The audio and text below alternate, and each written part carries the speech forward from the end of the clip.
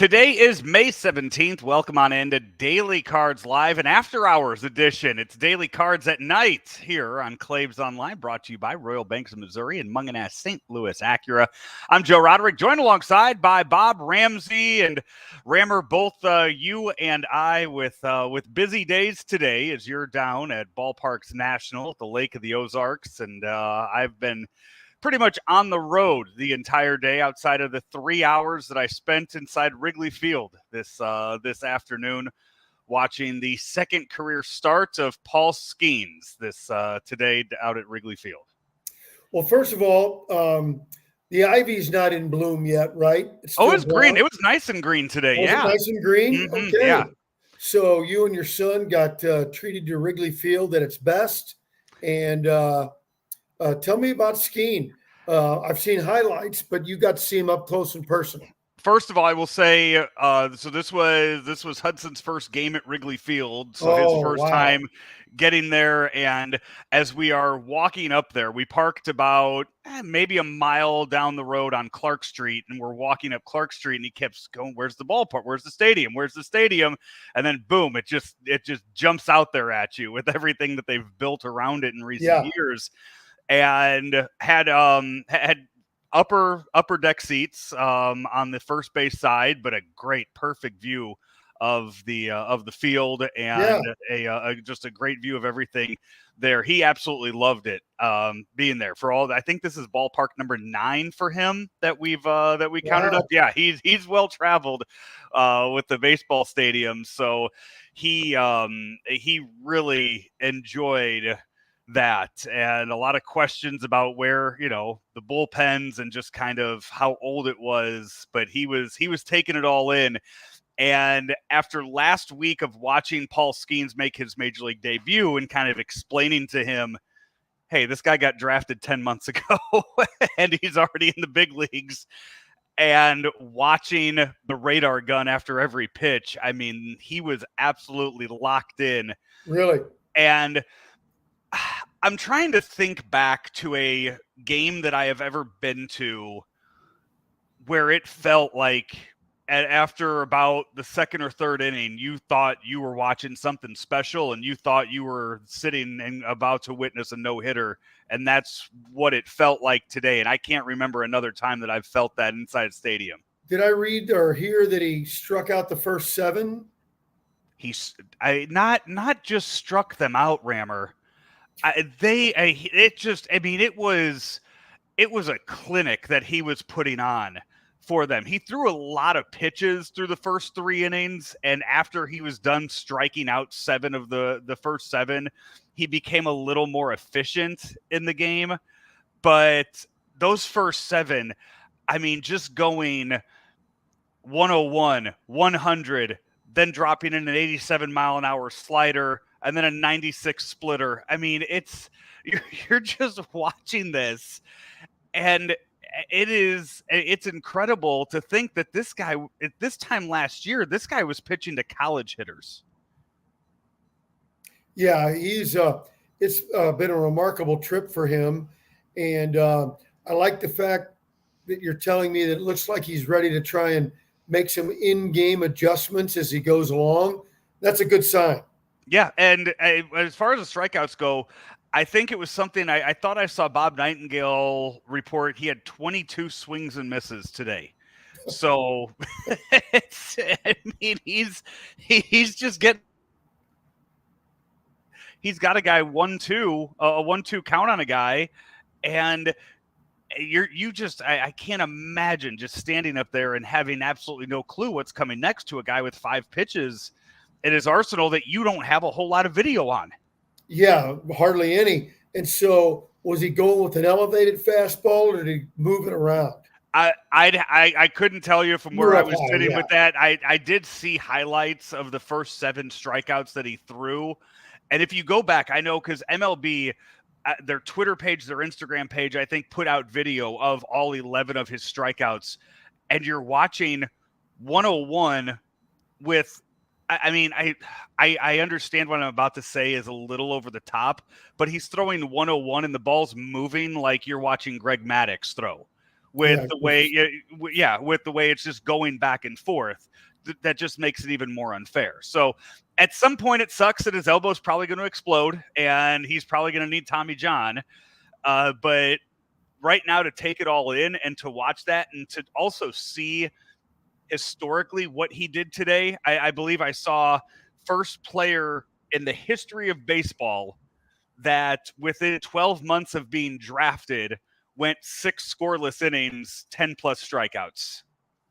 So really amazing. Yeah, and I think it was behind Steven Strasburg and one other guy for most strikeouts in his first 2 outings that he has pitched in. Already 18 strikeouts, 2 outings into his career.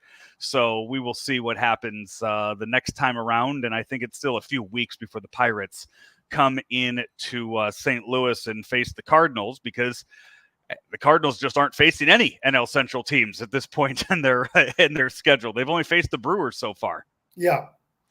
And so they get after it tonight.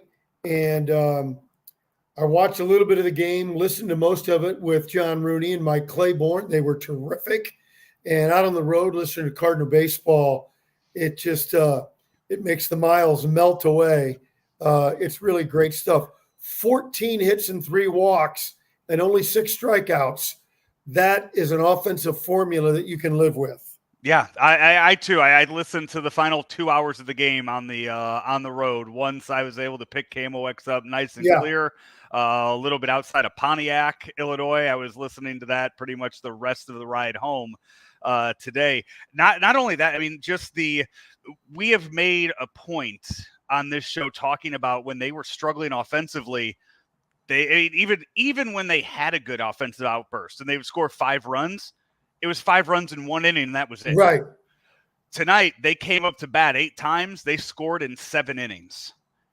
Yeah, that was the thing that has been lacking for a season plus, and that is being able to keep the pressure on, keep the attack on, and they needed it tonight.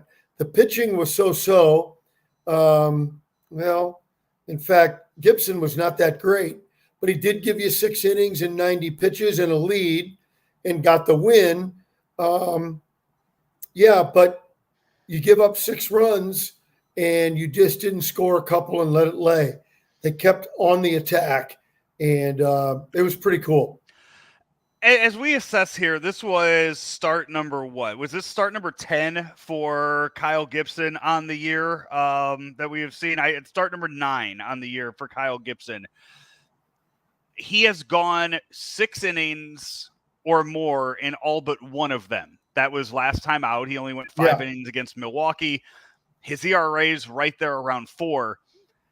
We weren't expecting Kyle Gibson to come in here and be a number 1 or a number 2. He was brought in to just fill out the rest of the bullpen or the rest of the rotation, be that 4th or 5th starter. Correct. And at this pace right now, he's going to get you between 180 and 200 innings this year.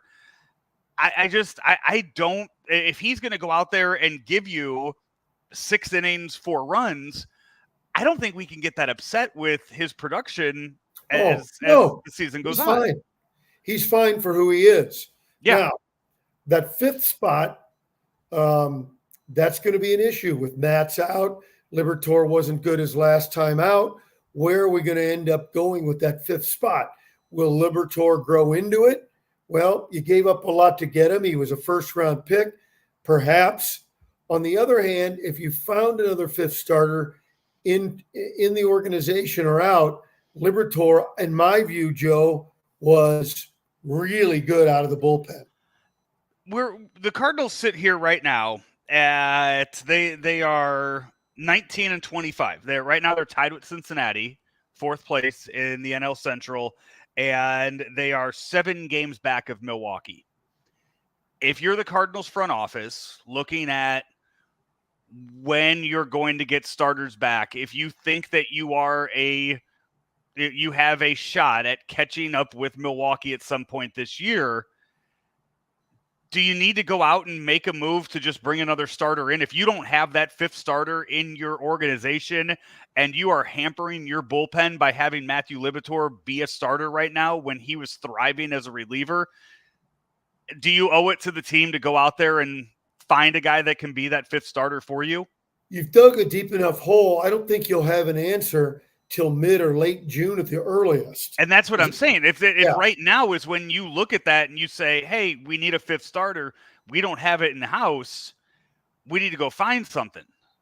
And to go out and get a fifth starter anywhere, it's not, I mean, it's not going to cost you anything. It's not going to cost you a whole lot.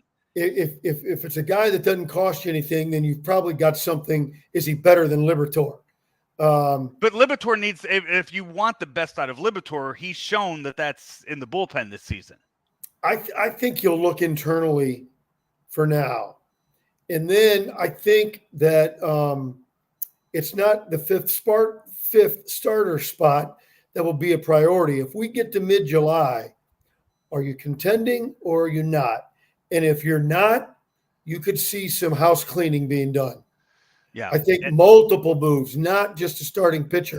If you're contending, you go get a pitcher, figure out what else you need, because you'll have to give up some prospects. If you're not contending, adios veterans. And we've seen now this is Matthew Liberatore's third consecutive start for the Cardinals since the Steven Matz injury. Where's Zach Thompson been? He was in your rotation to start the year. It's, the first time out, you could say it wasn't his turn in the rotation. He wasn't ready. We're 3 times through at this point, and they haven't made a point to make it his turn in the rotation. No, they haven't. And there are other arms in the minor leagues that if they show they're ready, you're probably looking at 3 or 4 different guys that could contend for it. But it's too early for that move now. It's Matthew Liberatore on Sunday for the Cardinals. Tomorrow, Miles Michaelis gets the call for St. Louis. He will be going up against Cutter Crawford, 2-2 on the year with a 2.24 ERA. Miles Michaelis has not been that great. So much like Kyle Gibson, I mean, he's gotten deep in a handful of games this year, 6 innings in a lot of those games, but he is giving up way too many runs, coming in with an ERA of 6.2. No, it's not good enough. And so really we've identified 2 spots that need help. But I think the offense has to come around. The bullpen has to remain consistent. The other starters have to do their job, not just Michaelis and Liberatore. Up and down through the rotation, you've got to have guys. You got to start showing more consistency. And as we get to Flag Day, as we get into late June, we'll see where they stand. If at Flag Day you're not around 500, you probably are looking for the door to swing the other way, not in but out. Yeah. By the way, Alec Burleson tonight, just another really good game for him, another home run. His average right now up to 286. So you had a home run from Burleson. Wins, was that Wynn's first home run of the year that he hit today. So you have got, for as much as we have made of Goldie and Nootbaar not hitting, you do have 3 guys right now in your lineup who are hitting the ball really well in Javon Herrera, Alec Burleson, and Mason Wynn. So you do have guys that are hitting well. Right now, though, they're just the second half of your lineup. It's that top half of the lineup that needs to start figuring it out and getting something rolling. By Monday, I'll go through and we'll have more data from the weekend, but I'll start looking at game logs and who's hot and who's not. It feels like Donovan's hitting it better. Nootbaar's better. Goldschmidt's better. Up and down, things are better. Even though Gorman hit a home run, you wonder, Ciani had made, you're still a few slots that need to get better. And we'll just see how it goes. But what's interesting? You can go to just about any lineup in the big leagues and the bottom 3 or 4 guys stink it up pretty good. Even the Dodgers, their bottom 2 guys are awful. They just sent James out and they optioned him down to AAA today. So he and Lux have been terrible. Yeah. And so to expect all 9 guys to rake, it's not going to happen. Well, I'm not going to say it's not going to happen. It's not a usual thing to see in the big leagues, in today's big leagues. Yeah. Also, around baseball, a little bit of news made today. You mentioned the Dodgers. Reminded me, if you have a chance, go watch Shohei Ohtani's home run that he hit tonight. It wasn't a tape measure shot that he that we're used to seeing out of him. He somehow inside outed the ball over the short wall in left field at Dodger Stadium tonight. That I think even surprised him that the ball stayed fair and went out. So another home run for Shohei, and also out of the NL West, Jung-Hoo Lee, the prized free agent signing for the San Francisco Giants this past offseason. 25-year-old that just signed the big free agent deal. He is out for the season, had a shoulder surgery today. So the Giants struggling a lot this year, and now they lose their top free agent signing. So that will that's going to definitely affect some things out in the NL West. Well, the Giants aren't any good anyway. The thing with Ohtani, I didn't think it could happen. His game has elevated even more. We knew he was going to hit a bunch of home runs, and he is.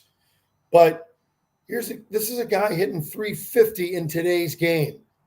350, or it might even be higher than that. I have to look, but it's a ridiculous batting average. The power is crazy. He's stealing bases. This is, and you know me, I'm a little skeptical. Skeen and when Strasburg came up, he's going to the Hall of Fame. I go, see if he can get an out first. But I'm telling you, Ohtani has shut me up. He is a generational player without question. He's actually hitting 360, Rammer. I sold him short. Yeah. So, he's not pitching this year. He's not. Every 6th day, he's not going out there and pitching this year. So one less thing on his mind. All he has to do is go out there and hit every single game. He's not worried about is he going to be what he has to do to get ready and prep for his next start. And Joe, this sounds like blasphemy, especially from an old head like me. What made Babe Ruth great? He quit pitching, concentrated on hitting. He was a terrific pitcher. So was Ohtani. And then when they go to one thing, they go off the charts. The Yankees weren't paying Babe Ruth $70 million a year to just hit, though. And I don't think the Dodgers want to pay Shohei $70 million to just hit. Well, obviously, the world of money is real. I get it. But I'm just talking baseball and making the comparisons between this guy and the best player ever. If we're talking about profitability, though, I believe I'm sure they haven't made it back yet, but I think the Dodgers are doing very well in their investment when it comes to ticket sales and added sponsorships that they've gotten from signing both Shohei and Yamamoto. So I think that they are doing okay with that. I believe this past week they signed another Asian sponsorship deal. So I think that they are good to go for the foreseeable future when it comes to money. I don't think they're going to have to worry about that like they had with previous owners out in the Los Angeles area. Rammer, we are going to wrap up this first edition of Daily Cards Live After Dark here on Claibs Online, brought to you by our friends at Munganess St. Louis Acura and also Rammer Royal Banks. Royal Banks of Missouri. We live in the city, in the great metroplex, and especially for you, not too far from where you live, you see farms all over the place. Don't forget that Royal Banks of Missouri has a great agricultural loan department, And it's a big part of what they do, especially on the east side, St. Charles County, and in northeast Missouri. Don't forget about that when you call 314-212-1500 or going online to royalbanksofmo.com. Royal Banks, where better service means better banking. He's Bob Ramsey. I'm Joe Roderick. We will talk to you on Monday. The Orioles are in town for a 3-game set here in St. Louis, and we will talk about that after the weekend here on Daily Cards Live. Have a great weekend, everybody. Hi, everybody. I'm Peter Munganast with Munganast St. Louis Acura, here to talk to you today about some benefits of Acura's certified pre-owned program. After passing a 182-point multi-point inspection, Acura backs all of our certified pre-owned cars with a 6-year, 100,000-mile limited warranty and a 7-year, 100,000-mile powertrain warranty. Munganast St. Louis Acura has new inventory arriving daily. Come on into Munganast St. Louis Acura today, meet our award-winning team, and find that perfect certified pre-owned Acura for you.